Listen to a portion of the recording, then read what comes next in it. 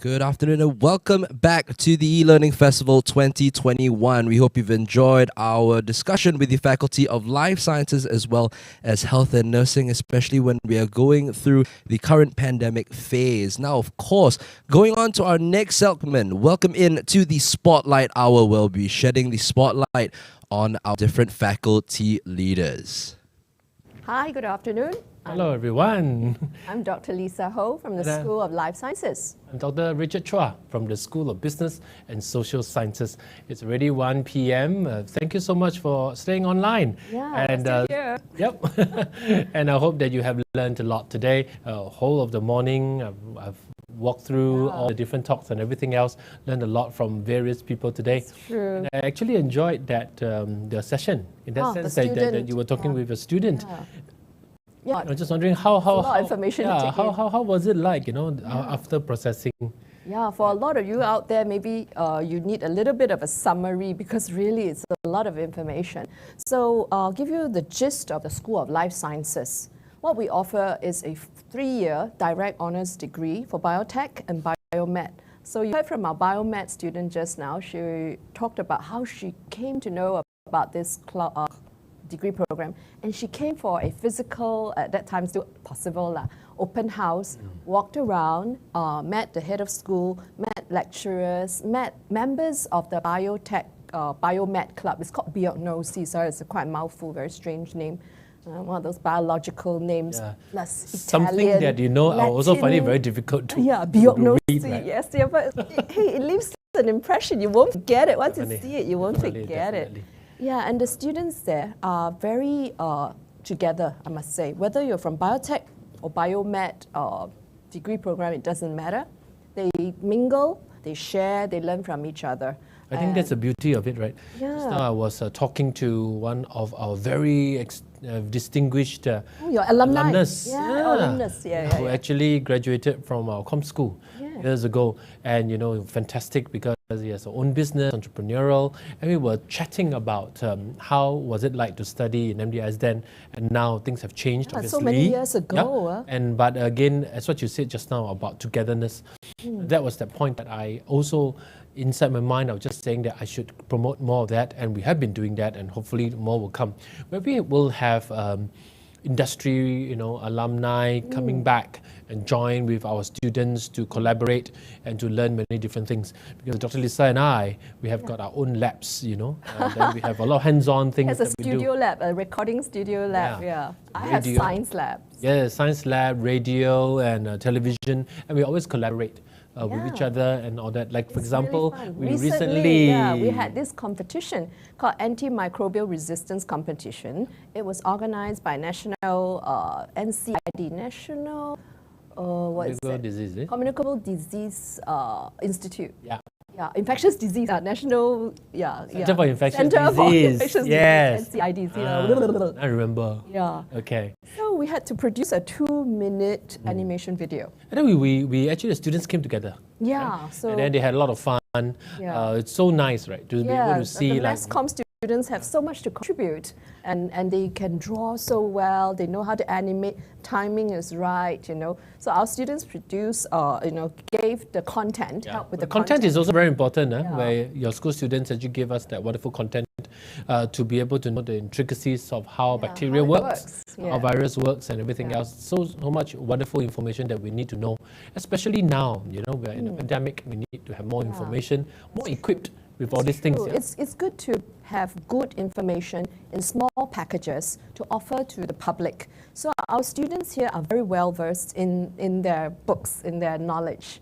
And it's good to have that I understand exposure. that your degree also offers that solid foundation knowledge. That's true, yeah. We have a very comprehensive program from the intro to microbiology all the way to very sophisticated molecular biology topics. And then at the final year, the students get to do a final year project where they will do a individual project that they are interested in, and we offer them a variety of topics to look into. It can be bioinformatics, which is very essential now with the supercomputers that's available. A lot of data can be analyzed, and lots of algorithms can be designed to find out, intricacies of each and every profile of different people, whether you're Chinese, whether you're Caucasian, whether you're male, you're female, what are the receptors, that will cause that molecular change, what are the switches that can switch on a certain transcription or switch off or dampen a certain transcription. So all this information, good that students learn it, but if we combine with another department to produce information is our thing, right? Yeah, like in my school, for everyone. In our comms, organize those information clearly, and to be able to present all these messages to people, to you guys, so that you understand all these very complex ideas and everything in a clearer way, either be in animation or be in a project or in an experience project where we do things together, and the comm school offers that. And also in terms of business, right? We also talk about understanding more how do we go about managing all these complex things, especially the vaccine. Yes. So nowadays there's so much overwhelming information. So it's good to have the students being exposed to multifaceted way of learning about different information, different ways of reaching out to different groups of people. So it's wonderful here in MDIS that we have an environment where we can collaborate inter-school in our produce school, something. In our school, business and social sciences, we also have got our business programs in terms of management, in terms of accounting, all these basic skills that are needed, that we all need to know, especially when we need to manage all these resources together.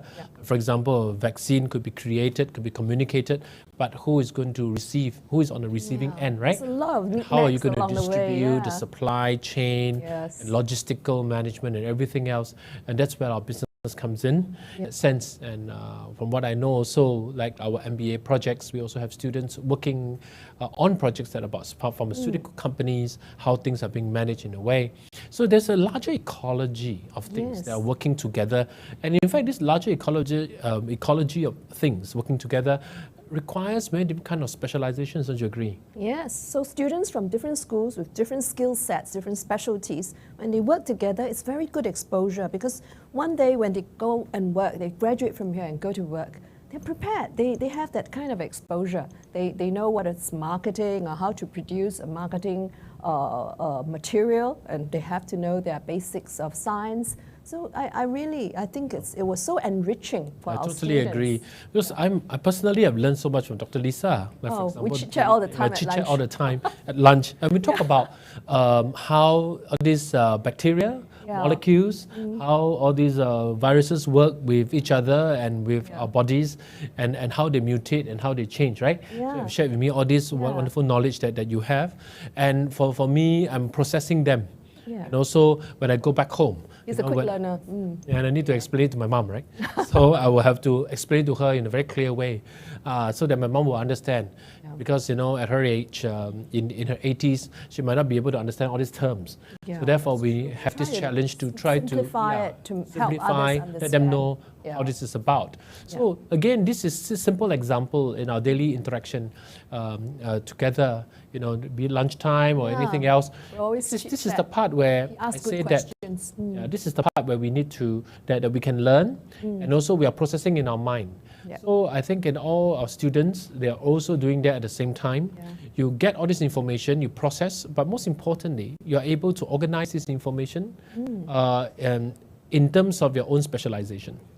So it's good to combine, to have the opportunity to do it. So our students enjoy it. I have guided them through the competition, and I saw how things evolve. And I think really inter-school collaboration helps. And the school children, the students here, they say, oh, it's so nice to see the other side of the mass production, mass comm, how they produce different sound bites, or different how they edit the films. They enjoyed it. I think when we talk about studying, it is still very important. It can be quite overwhelming in that sense. There are so many things happening. But I think when we study, the most important thing is that we need to ask ourselves what's our passion and what we love. What exactly do you want to specialize in? For example, if you love business, right? Or you love communication, or culture, or you love sciences, and you love all these fascinating things about how how the molecular the molecular biology and all that coming together. That's that moment where you say that I want to study that and deepen my knowledge in those areas, right? Yeah, But it not helps. forgetting also that while studying all these courses, you must also take in information from many different areas. Yeah, it Like helps. a sponge, yeah? Definitely. Yeah. So I think in our schools, every day when we interact with each other, we are collaborating, we are also encouraging every one of our students to actually try Mingle. to mingle and to learn. Most importantly, you might not know what communication is about, but there's no harm knowing the mechanics and also the skills behind it. Once you learn it, then you will find that it's easier for you to communicate all these very complex ideas, which are important, but in a way that people could understand. Yeah. Because I always love to watch videos about science and things like, for example, surgeries. I know it's something a bit gross. Oh, wow. Surgeries, how they go about doing certain surgeries. You don't find it gory? No, not really. But the way they present it is, it's I can accept them because they go straight to the point, talking about the procedures, talking about how things are done, and it's very fascinating. I think you once told me all this biotechnology have created all these surgical equipments, tools, Yeah, in equipment. so fine and so small. Yeah, So effective. microsurgery, keyhole surgery. Yeah. Nowadays it's really quite amazing. No need to cut things up anymore, right? Yeah. You just Yeah, need to small poke a keyhole hole. surgery. You're able to get things done. Yeah. So these are things that I learn from Dr. Lisa every day. Yeah. In our conversations. Intermingle all the time. This is the part that I do not know, right? And I say this is the part that I learn. And also I think Dr. Lisa herself also have kind of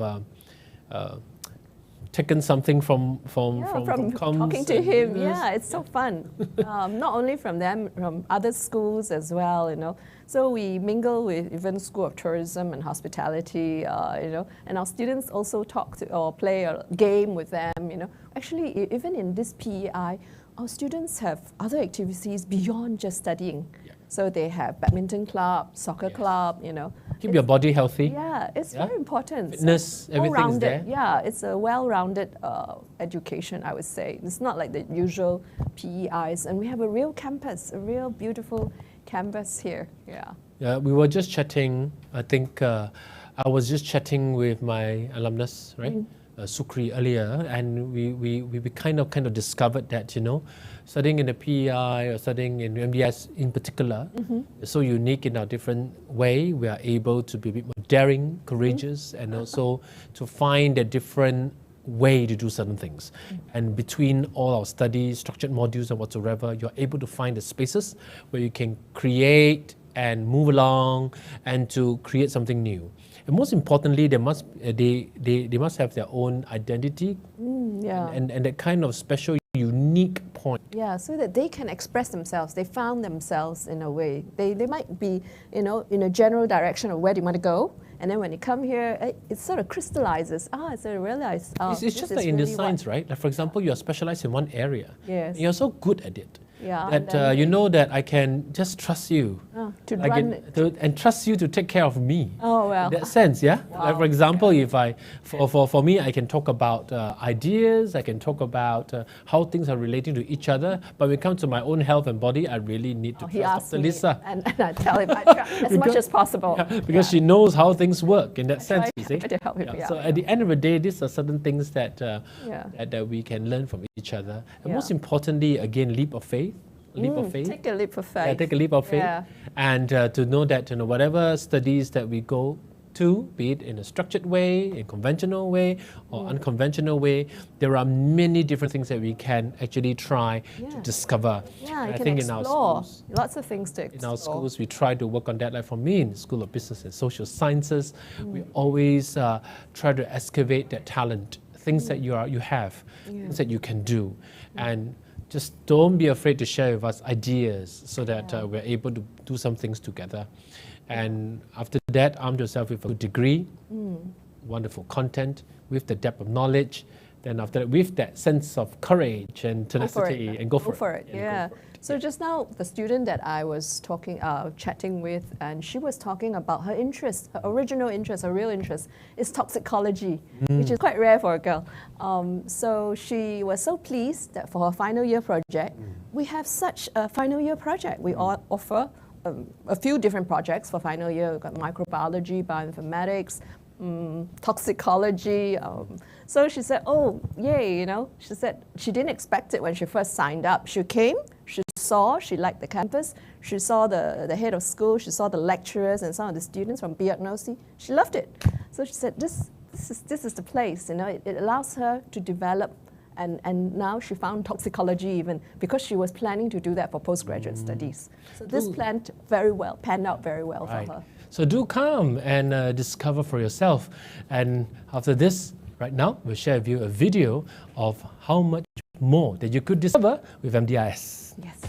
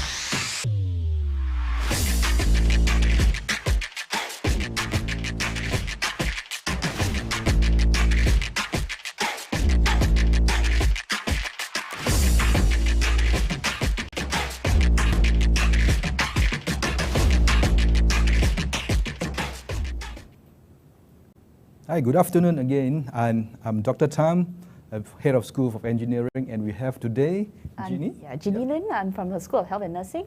So very good to be with all of you today. Yes, you have heard a lot from Dr. Lisa and Dr. Richard about the student's life and student learning. Today, we're going to talk about the real working life or real applications that our students are all practicing in industries now. So, for the pandemic, during the pandemic time, Jeannie was working as a nurse for the past 9 years. But during the pandemic, what is it like in the hospitals, right, as a frontliners? Okay, I think it was very memorable in the sense of, yes, there was a lot of changes happening. I think that a lot of information was coming at us at a flood. So that was something that was really unexpected. I think that the changes will be so often and so much, and then suddenly your data becomes such an important thing in this world. So it was not only just a status quo anymore. You had to change a lot of things as well. So every day the new updates would come in, and so you soon found that you needed to really be able to keep up with everything going on as well. And then of course the new procedures on what to do and how to look after our new sets of patients. Yeah, I believe during this critical time, technology parts play a really important role in such a way that how you manage your patient from one point to the other point and ensure that all the informations are passed down to the next level, right? Yes. So you have a lot of these technology tools or gadgets or devices. Yeah. Hospital? Oh yeah. In general, hospitals are very, very technology. Have a lot of technology and equipment as well, because nowadays you can't, in a sense, treat a patient without all these machines and equipment. So for even in a normal day, not including the pandemic moment, you have your ventilators, your dialysis machines, your machines just to monitor your heart rate, breathing, and everything, respiration. So, you can imagine the ICU honestly looks like the lab of the future. There's always a machine or a monitor somewhere beeping away. So that one, so you imagine all that, then of course we have to also do that for our COVID-19 patients as well. We always have to monitor them and then also track all, and then of course the background also is also tracking of all these patients as well, and their relatives, their contacts, and all these things happening. I think besides the frontliners taking care of the patients, at the back end, I think there's a big, huge group of technologies to ensure that the whole system is in place and is in order to make sure that all the devices, they are collecting the data and provide the data and analyze the data on time so that they can provide those informations to the nurses, to the doctors, to work on the sites, right? Yes, definitely. So our machines all have to talk to each other as well as to the people who are actually manning them as well. So people are watching the monitors, and then the machines in a sense also are telling us all the data about patients. So we are monitoring that. So when we do the monitoring of their condition, it's really, we're looking at their heart rate, all this. And then when there's a deterioration, we know we have to start acting on bringing, and of course to look after the patient as well. So all of this is really important because there is a constant flow of information. So you have sometimes when a patient asks me, how come in the hospital got Wi-Fi but I can't use? Sorry, the Wi-Fi not actually for use for our machines. Okay, so on the other side, so during this period, what are the main challenges that you face in the hospitals? I think that probably the biggest was that all this had to be connected very fast, and also we at the same time we still needed to protect patients' privacy as well. So you need all this information, but at the same time you can't give away too much of the information to the wrong people as well, in a sense. So there was also a bit of like, so sometimes it's more that it's the speed. You have to have the speed happening, but you can't also you have to also be aware of the consequences of if it went out in the wrong way or in the wrong hands as well. So I think So I think it's really, really critical. I think how about the managing of the management side of the hospitals? How are you going to manage the patients coming in? Is there a health management systems? It is, yeah. So I think for management especially, this is crisis and pandemic moment. So it comes once the COVID-19 or something like that happens. It's really it's already a testament to how well your management has planned for such things and whether there's a policy or procedure. Of course, there's no such thing as a perfect policy or procedure. Any plan that really when the crisis happens, the plan always goes wrong somehow. But if it is a very good plan, then you will see that a certain amount of, you can overcome most of the emergencies or crises with that. So in a sense, management is really very key because you have to communicate your directions very effectively. You have to design your policies to really meet the as much as possible the challenges, and so that the people that are also next level beyond you, middle management, frontliners, all that can also overcome the crisis, and it happens in front of them as well. So the communications part is really important. Oh, definitely. So on time, the real-time communications. So this, I think, is important that you have a very good team standby to ensure that the connections, the information shares, they are all on time to the next one. For example, that you said just now, all the Wi-Fi that cannot be used by the patients, because these are really critical time to ensure that informations are passed through between the management to the frontliners. So this is really the thing that I think the IT professionals are doing, which we can't see. Yeah, yes. All the background is really important, but without them, honestly, we couldn't run on this also. So technologies and health education or health should become together. So during this difficult time, then we can see the integrations between technologies and healthcare services, how they integrate together to ensure that the smooth running of the hospitals and things like that, right? Yes. So moving forward after the pandemic, so what are the areas that you think in the healthcare system that can be improved, or what are the areas of improvement that we can see? I think people don't realize it a lot, but healthcare is always improving in a sense. They know that in a sense of you can't always wait for something to happen.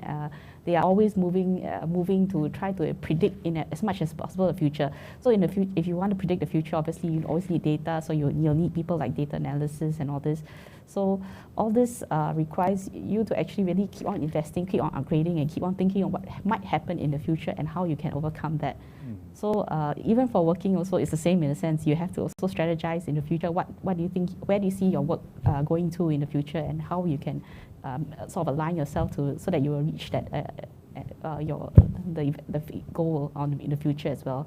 Yes, from the point of a constant improvement or the solutions, I think AI plays an important part now. Definitely. Because during this time we gather a lot of information, a lot of data during the pandemic, what happens, how we solve the problem during pandemic. So this will be a very good database for the machines or for us to be at the reference. Definitely use it as references case. So then the AI will come in, how we can predict the next pandemic. If the next pandemic happens, maybe, I don't know, hopefully I'm sure it won't happen.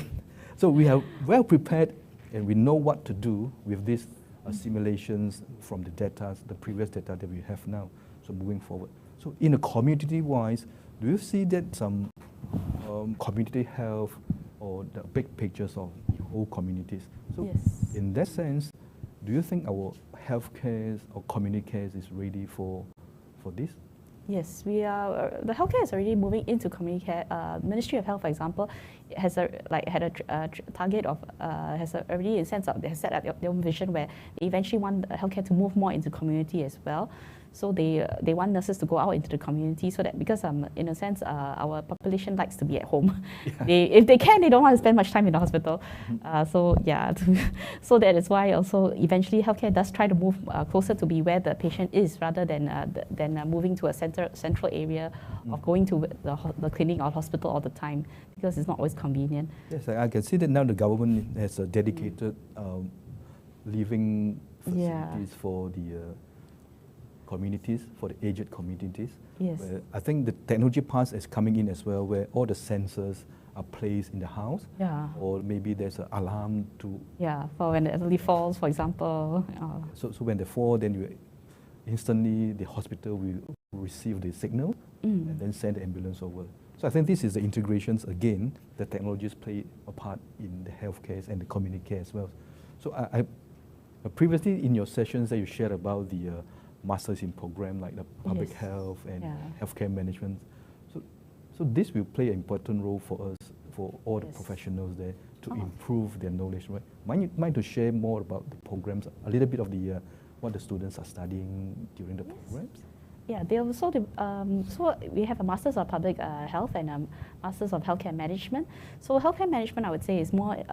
This one is looking more inward to the organization because you have to, in the sense, like I said, usually, for example, taking the hospital as an example, it's usually a very big organization. There's usually a few thousand people working in there. So in a sense, you have to be able to manage all of them so that they all move in the same direction you eventually want them to go. So healthcare management is really important because you're looking at all the different layers. And it is not a very flat organization somewhat. It's very hierarchical, and you have to be able to make sure that everybody is communicating and going the same direction. So then for public health, this is probably something that's really coming out more in the coming years. The people realize that now you can't just look at health only in only just local areas or community areas only, or now you have to look in the sense of region or global as well. So you have to design your policies that not only look after your own population, improve health of the Singapore citizen, but also what is happening in the world, health-wise as well. And then you realize that also there's more challenges for these healthcare personnel as a manager because now you have to deal with digitization, improving technology, AI. You need to improve all these things also. And how do we handle this? Because nurses and doctors traditionally did not nurse computers. So this is something that has come in, and we have to learn how to manage them well and get your people to do more computer stuff. So at one point I think we wanted to get TCM doctors in, and quite a few of them were like, no thank you, don't come back. Because we are just traditional Chinese medicine. Yes. From the technology point of view, here we have the Master of Science in Cybersecurity. Why I say cybersecurity is really important because nowadays in hospitals or in the care home, there are a lot of these Internet of Things or the devices where they talk to each other, transfer data to each other. So the Internet of Things, important part is the secure network. That's why cybersecurity is of the area that we really need to look into to Yeah. secure our data, to secure everybody's. Oh, definitely. Yeah. So we have the Masters of Science in Cybersecurity as well as the Bachelor of Science in Cybersecurity.